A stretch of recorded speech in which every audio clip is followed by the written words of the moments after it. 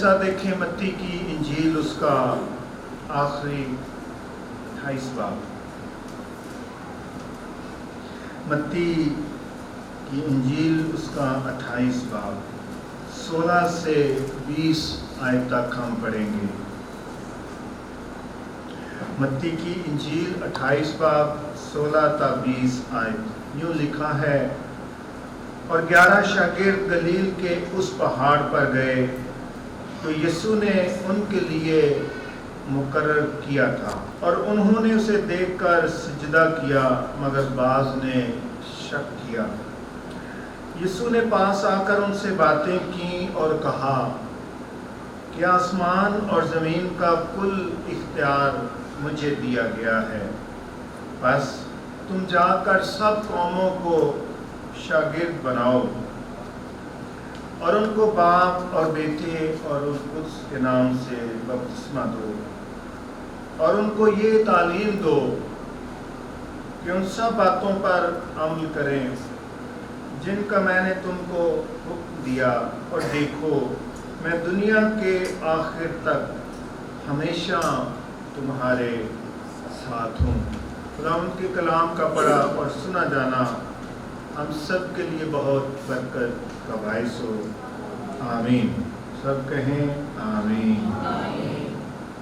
ایک اور پیغام یسوع مسیح کے جی اٹھنے کے بارے میں ہم سنیں، ان کے لیے بھی یہ اچھا ہے جو پچھلے اتوار نہیں آ پائے، یا سب کے لیے اچھا ہے کہ ہم باقاعدہ طور پر اور ان حقائق کو یسوع مسیح کے مردوں میں سے جی اٹھنے کے تناظر میں دیکھیں، تاکہ ہمارا ایمان اور تعلیم بڑھے، تاکہ ہم خداوند میں گہری جڑ پکڑ سکیں۔ جو پاک کلام کا حصہ میں نے پڑھا ہے، یہ وہ حصہ ہے خداوند یسوع مسیح مردوں میں سے جی اٹھنے کے بعد اپنے شاگردوں پر ظاہر ہوئے، جیسے یہاں پر لکھا ہے 11 شاگرد گلیل کے اس پہاڑ پر گئے جو یسوع نے ان کے لیے مقرر کیا تھا۔ خداوند نے اپنی حیات میں آخری ہفتے میں شاگردوں کو بتایا تھا کہ جب وہ جی اٹھیں گے تو ان سے وہ پہلے گلیل کو جائیں گے اور پھر وہ ان سے ملیں گے، ملاقات کریں گے۔ تو یہ وہ حصہ ہے جس کا میں نے ذکر کیا ہے۔ اس حصے میں سے میں یسوع مسیح کے پیغام کو آپ تک پہنچانا چاہتا ہوں۔ خداوند یسوع مسیح نے مردوں میں سے جی اٹھنے کے بعد 40 روز تک اپنے شاگردوں کو باقاعدہ طور پر تعلیم دی۔ کئی باتیں خداوند نے بہت ہی تفصیلاً انہیں سکھائیں یا ان کو ریوائز کیا۔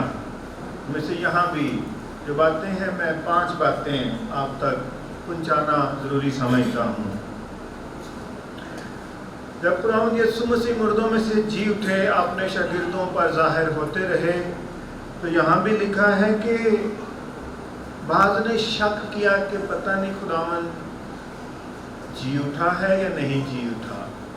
لیکن اب یہ بھی جانتے ہیں کہ ایک موقع پر توما رسول نے کہا کہ میں تو جب تک اس کے زخموں میں اپنی انگلی ڈال کر نہ دیکھ لوں میں یقین نہیں کروں گا، کیونکہ شاگردوں نے اسے بتایا کہ یسوع جی اٹھے ہیں اور ہم پر ظاہر ہوئے ہیں، لیکن توما شکی طبیعت کا شخص تھا، اس نے کہا کہ میں تو جب تک دیکھ نہیں لیتا ہوں براہ راست پھر میں یقین کروں گا۔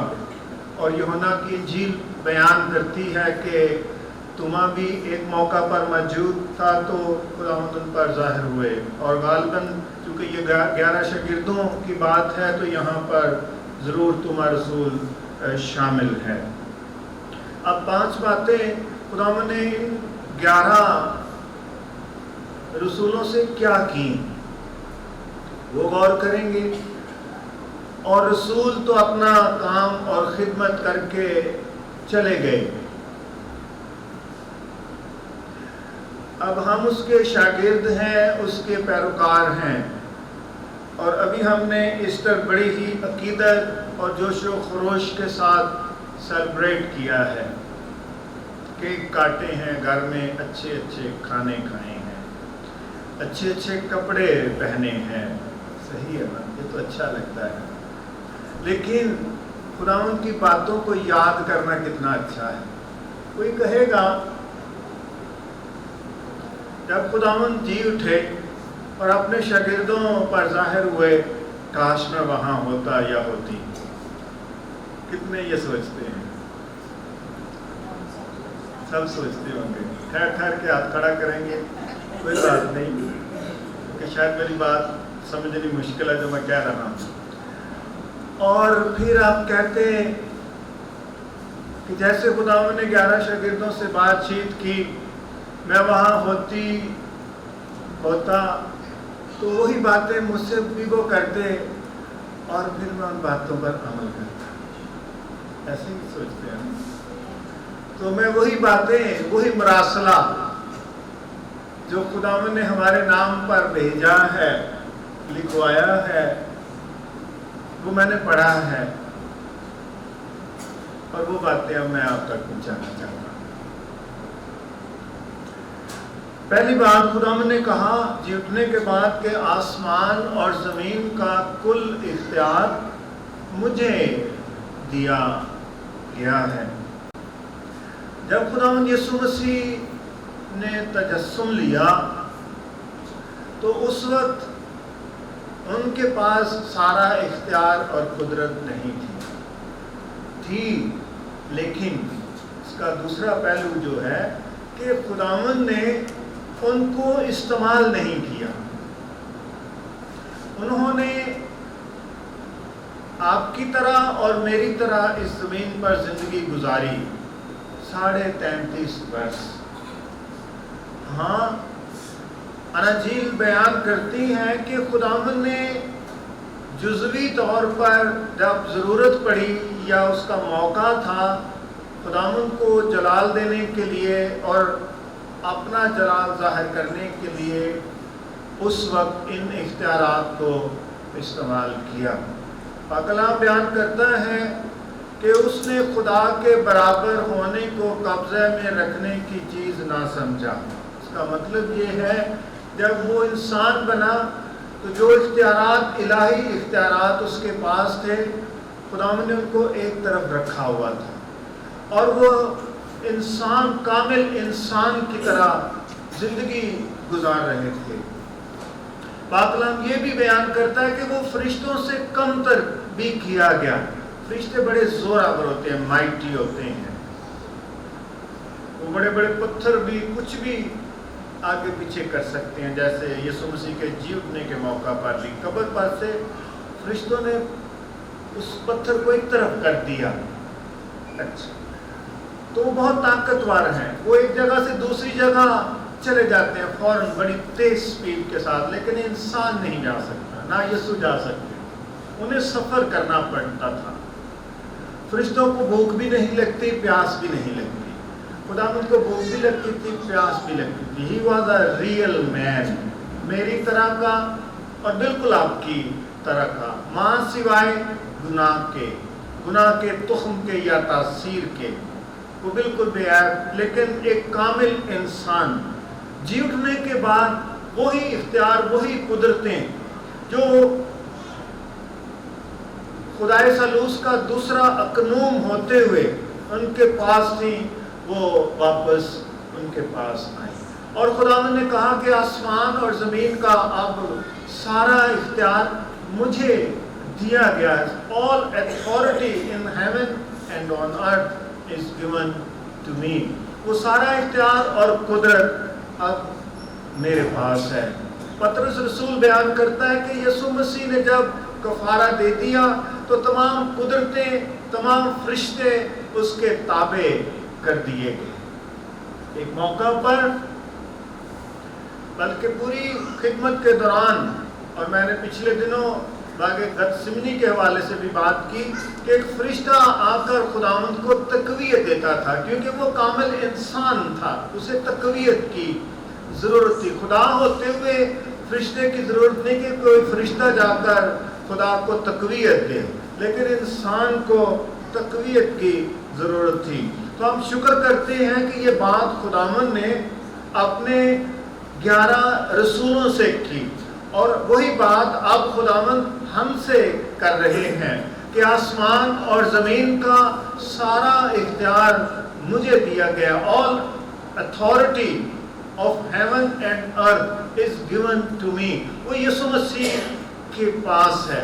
اور یہ دعویٰ, یہ کلام دنیا کا کوئی شخص, دنیا کا کوئی نبی, دنیا کا کوئی رسول نہیں کر سکتا تھا, نہ کسی نے کیا. صرف خداوند یسوع مسیح نے یہ کلیم کیا, یہ دعویٰ کیا واشگاف الفاظ میں, اور اس مقدس بائبل میں اسے رقم کیا گیا ہے. کسی اور کے بارے میں اور دوسری دیگر الہامی کتابوں میں بھی ان کو یہ نہیں کہا گیا ہے, یا انہوں نے دعویٰ نہیں کیا ہے کہ ان کے پاس یہ اختیار ہے. Only this authority is vested in Jesus Christ. یہ اختیار اور قدرت یسوع مسیح کے پاس ہے. ہاللویا. یہ بات ہمارے لیے, مقدسوں کے لیے, مسیح کے پیروکاروں کے لیے ایمان افروز ہے, ایمان کا باعث ہے, تقویت کا باعث ہے, بھروسے کا باعث ہے کہ جسے میں فالو کرتا ہوں اس کے پاس آسمان اور زمین کا اختیار ہے. ہاللویا. دوسری بات جو یہاں پر بیان کی گئی ہے, خداوند نے اپنے رسولوں سے کہا, اختیار کی بات کرنے کے بعد, پس تم جا کر سب قوموں کو شاگرد بناؤ. کیا کرو؟ شاگرد بناؤ. ہم اس کے بارے میں سنتے رہتے ہیں, ہر سال سنتے ہیں یا گاہے بگاہے سنتے رہتے ہیں. یہاں خداوند نے اپنے ان 11 رسولوں کو کہا کہ وہ جا کر منادی کریں, پریچ کریں, پریچ دا گاسپل. ساری خلق کے سامنے انجیل کی منادی کرو. یہی بات یہاں پر بھی ہے کہ پس تم جا کر سب قوموں کو شاگرد بناؤ. منادی کرو, وہ توبہ کریں گے, وہ نجات پائیں گے, اور پھر انہیں شاگردیت کی طرف لے کر آؤ, انہیں شاگرد بناؤ. Make them disciple. ڈسائپل پاکلام جو خداوند نے ورڈ یوز کیا, وہ جو شاگرد ہے وہ انگلش میں ڈسائپل ہے. وہ عام ورڈ اسٹوڈنٹ نہیں ہے, اسٹوڈنٹ ڈسائپل ہے. فرق ہے بہت زیادہ. ڈسائپل وہ ہوتا ہے جو اپنے شاگرد کا جائزہ لیتا ہے اور اس کی تعلیم کا جائزہ لیتا ہے اور پھر اسے فالو کرتا ہے. وہ تعلیم کو فالو کرتا ہے اور اپنے استاد کو فالو کرتا ہے. جائزہ لینے کے بعد, اور پھر وہ کبھی واپس نہیں لوٹتا ہے. جسے وہ استاد مان لیتا ہے وہ اس کی پیروی کرتا ہے. اس لحاظ سے جو میں دو چھوٹی چھوٹی باتیں کرنا چاہتا ہوں عام باتوں سے ہٹ کر, وہ یہ ہے کہ جب آپ منادی کرتے ہیں, لوگ توبہ کرتے ہیں, تو کیا کریں؟ کوشش کریں کہ ان کے اندر سیکھنے کی طبیعت اور مزاج پیدا ہو. کیا کہہ رہا ہوں میں؟ سیکھنے کی طبیعت, مزاج پیدا ہو. کیونکہ دیکھنے میں آتا ہے کہ لوگ سیکھ بہت رہے ہیں, جسے دوسرے لفظوں میں کہا جائے تعلیم بہت پا رہے ہیں. بائبل اسکول, کالجز میں بھی, چرچز میں بھی, اور عبادت میں آتے ہیں, خود بھی بہت پڑھتے ہیں, لیکن جو لرننگ ہے اس کا فقدان ہے. teaching a lot but learning is least.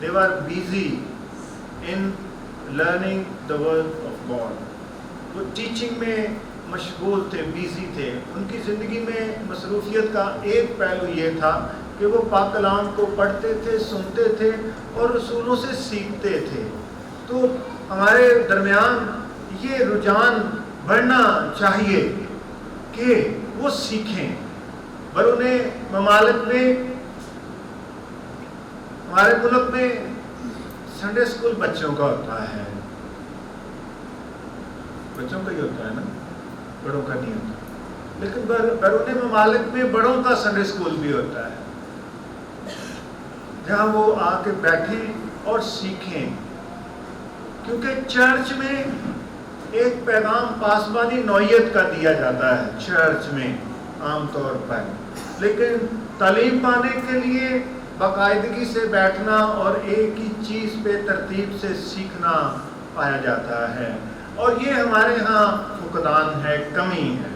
اس لیے تعلیم کی ضرورت ہے. ہمیں اس نمونے کو اپنانے کی ضرورت ہے. خداوند نے کہا کہ جو ایمان لاتے ہیں اور ان کو یہ تعلیم دو, انہیں تعلیم پانی چاہیے, انہیں سیکھنا چاہیے. ٹھیک ہے, تو یہ بہت ہی ضروری ہے کہ آپ اپنے گھر میں بائبل پڑھیں, اپنی بائبل یہاں بھی ساتھ لے کر آئیں. اگر آپ گھر میں بائبل پڑھیں گے تو یہاں آپ کو بائبل کی باتوں کو سمجھنا آسان ہے کہ آپ بائبل کی جو چیزیں ہیں, واقعات ہیں, کہانیاں ہیں, پہلے ہی سے ان کو جانتے ہیں. لیکن جب ان کی یہاں پر ایپلیکیشن یا اطلاعات کے پہلو بیان کیے جاتے ہیں تو آپ کو جلدی سمجھ آ جائے گی, ورنہ آپ کو سمجھ نہیں آئے گی. اور گھر میں بھی اگر جا کے آپ نہیں پڑھتے ہیں تو جو کچھ آپ نے گین کیا ہے وہ آپ لوز کر دیں گے, کیونکہ ایک لنک نہیں ہے. لنک ہونا ضروری ہے, اور وہ لنک کلام پڑھنے سے آپ کو ملے گا. سو ان کو تعلیم دو. تیسری بات جو یہاں پر میں نے بیان کی ہے. چوتھی بات یہ ہے کہ ان سب باتوں پر عمل کریں جن کا میں نے تم کو حکم دیا. کیا کریں؟ عمل کریں. کیا کریں؟ عمل کریں. عمل بہت ہی ضروری ہے. ابھی میں نے پہلے کہا ہے کہ سیکھنا بہت زیادہ ہے ہمارے درمیان. ٹیچنگ از اے لاٹ, لیکن دوسری طرف جو لرننگ ہے وہ کم ہے. آپ کہیں گے آپ یہ کیسے کہتے ہیں؟ میں یہ کیسے کہتا ہوں کیونکہ میرا لوگوں سے پالا پڑتا ہے, اس چرچ کے لوگوں سے, خاندانوں سے پالا پڑتا ہے.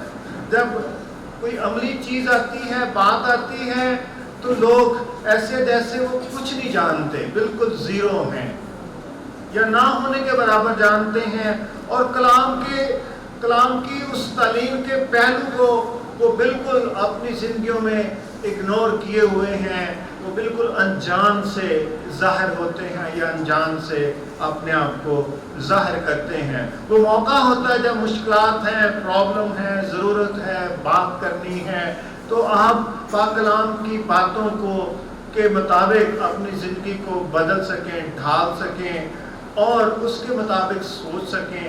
اپنی سوچ سے, جذبات اور احساسات سے ہٹ کر پاک کلام کے پہلوؤں کو اپنی زندگی میں رکھ سکیں اور حالات کا مقابلہ کر سکیں اور حالات کو فیس کر سکیں. سو تعلیم پانا تو اچھا ہے, لیکن اس پر عمل کرنا بے حد ضروری ہے. اور یہی خداوند نے اپنے شاگردوں رسولوں کو بتایا کہ جب آپ تعلیم دیں گے تو پھر ان کو یہ بھی بتانا, صرف انہیں تعلیم سے نہ بھرتے جانا, بلکہ چیک اینڈ بیلنس بھی رکھنا کہ کیا عمل کیا جا رہا ہے, کیا عمل بھی نظر آ رہا ہے. اگر عمل نہیں ہے تو پھر ذرا رک جائیں, پرانی باتوں پر واپس جائیں اور لوگوں کو انکریج کریں یا موٹیویٹ کریں کہ وہ جو کچھ انہوں نے سیکھا ہے ان پر وہ عمل کریں. کیونکہ کہتے ہیں کہ عمل سے زندگی بنتی ہے. عمل کرنے سے آپ پاک کلام کی سچائیوں کے وسیلے سے آزاد ہوتے جاتے ہیں. یوحنا 8:32 میں لکھا ہے کہ کلام سے, سچائی سے واقف ہوگے اور سچائی تمہیں آزاد کرے گی. واقفیت کا مطلب یہ ہے عمل کرنا. جب آپ پاک کلام کے حصوں پر عمل کرتے ہیں, this becomes the truth in your life. جب کلام کی کسی بات کو آپ لیتے ہیں تو وہ آپ کے لیے سچائی بن جاتی ہے، اور وہ سچائی آپ کو ریلیز کرتی ہے، آپ کو لبریٹ کر دیتی ہے، آپ ایک آزاد مسیحی ایماندار اور خادم بنتے چلے جاتے ہیں۔ سو ہمیں شروع ہی سے لوگوں کو ابھارنا چاہیے کہ وہ پاک کلام کی باتوں پر عمل کریں، کہ مجھے اس کلیسیا میں بھی یہ نظر آتا ہے، کالج میں بھی نظر آتا ہے، ہر طرف نظر آتا ہے کہ ہم سنتے زیادہ ہیں، عمل کم کرتے ہیں۔ اس لیے لوگوں کو اپنی زندگی میں خود ہی اس پہلو کو لانچ کرنا چاہیے کہ ہم جو کچھ پڑھ رہے ہیں، سن رہے ہیں، کیا ہم واقعہ ہی اور ویسے ہی اس پر عمل کر رہے ہیں، یا اس میں کچھ رد و بدل کر کے، یا اس میں اپنی طبیعت اور مزاج کے مطابق عمل کر رہے ہیں۔ جو بات ہمیں اچھی لگتی ہے ہم اس پر عمل کر لیتے ہیں، جو بات اچھی نہیں لگتی اس پر عمل نہیں کرتے ہیں۔ سادھ سندر سے بیان کرتے ہیں اپنی ایک کتاب میں، جب وہ مسیحی نہیں ہوئے تھے تو کسی نے ان کو بہت ہی خوبصورت بائبل وتھ کور پیش کی، اور وہ دیکھ کر بہت خوش ہوئے اور خوش نہ بھی ہوئے، کیونکہ وہ بائبل لے کر خوش نہیں تھے۔ تو انہوں نے بائبل تو ڈسپوز کر دی، اور اس کا کور بہت اچھا تھا، وہ انہوں نے اپنے پاس رکھ دیا۔ کیسی خوبصورت بات ہے۔ تو ہمیں چنیدہ نہیں بننا ہے، بلکہ ان ساری باتوں پر عمل کرنا ہے جو ہم پاک کلام میں سے سنتے ہیں اور سیکھتے ہیں۔ آخری بات جو پاک کلام میں یہاں پر لکھی ہے، اور دیکھو میں دنیا کے آخر تک ہمیشہ تمہارے ساتھ ہوں۔ عام طور پر اس آیت کو ہر جگہ اور ہر موقع پر ہم کوٹ کرتے ہیں اپنے فائدے کے لیے۔ ہم پاک کلام کے حصوں کو الگ کر کے اس کے سیاق و سباق سے نکال کر بہت ہی ماہر ہیں استعمال کرنے کی، لیکن پاک کلام کے حصے ایک دوسرے کے ساتھ مربوط ہوتے ہیں۔ یہاں پر لکھا ہے دیکھو، لیکن دیکھو سے پہلے لکھا ہے اور، سب باتوں پر عمل کرو، اور and behold I will be with you at the end of the age۔ میں دنیا کے آخر تک ہمیشہ تمہارے ساتھ ہوں۔ کب؟ جب ہم خداوند کی تمام باتوں پر عمل کریں جو ہم نے سیکھی ہیں، جو ہم نے سنی ہیں۔ Then we will experience His presence to the end of the age۔ اپنی زندگی کے اختتام تک اس کی موجودگی اور حضوری کا ہم تجربہ کریں گے۔ سو خداوند نے یہ بہت ہی خوبصورت پرامس کیا اپنے ان شاگردوں کے ساتھ، اور آج ہر اس شاگرد کے ساتھ جو سیکھ رہا ہے، جو عمل کر رہا ہے، خداوند اس کے ساتھ ہوتا ہے۔ اور یہاں جو لفظ ہے لکھا ہے دیکھو، اور انگلش ٹرانسلیشن اس کی ہے behold I'm with you۔ یہ نہیں لکھا سی اور behold میں بہت فرق ہوتا ہے۔ behold ہوتا ہے غور سے دیکھنا، دھیان سے توجہ کرنا۔ کوئی اچھی چیز ہو تو ہم غور سے دیکھتے ہیں، کوئی عام چیز ہو تو ہم دیکھ کے چلے جاتے ہیں، گزر جاتے ہیں، لیکن اگر کوئی خاص ہے، سم تھنگ اسپیشل، ہم رکتے ہیں اور غور کرتے ہیں۔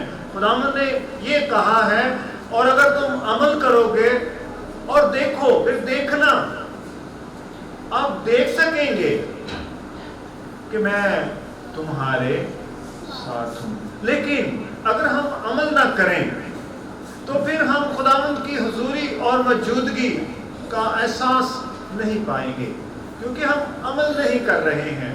اور یعقوب رسول بیان کرتا ہے اپنے خط میں کہ کلام پر عمل کرنے والے بنو، عمل کرنے والے بنو۔ تو جب ہم عمل کریں گے تو ہم اس کی حضوری کا تجربہ کریں گے۔ ایک اور پہلو اسی ضمن میں کہ میں دنیا کے آخر تک ہمیشہ تمہارے ساتھ ہوں۔ اس کا مطلب یہ ہے کہ خداوند کی جو موجودگی کا تجربہ ہے وہ وقت کی قیود سے کہیں آگے ہے۔ چاہے دن ہے یا رات ہے، اچھا وقت ہے برا وقت ہے، خداوند کے پاس اختیار ہے آسمان کا اور زمین کا، اور اس نے ہمیں حکم دیا ہے کہ ہم سب قوموں کو شاگرد بنائیں۔ اس نے ہمیں حکم دیا ہے کہ ہم تعلیم دیں۔ اس نے ہمیں حکم دیا ہے کہ جو ہم تعلیم دیں یا تعلیم پائیں ہم اس پر عمل کریں۔ جب ہم اس پر عمل کریں گے تو ہم خداوند کی ہمیشہ سے ساتھ رہنے والی حضوری موجودگی کا، پریزنس کا ایکسپیرینس کریں گے۔ خداوند یسوع مسیح کا مردوں میں سے جی اٹھنا آپ سب کو بہت بہت مبارک ہو۔ خداوند ہمیں یہ فضل اور توفیق دے کہ ہم خداوند کی مرضی کو اپنی زندگیوں میں بجا لائیں اور اس کی حضوری کا تجربہ کریں، اپنی شخصی زندگی میں، اپنی خاندانی زندگی میں، اپنی کلیسیا زندگی میں اور اپنی خدمت کے ہر پہلو میں۔ خداوند ہم سب کو برکت دے۔ آئیے دعا کریں۔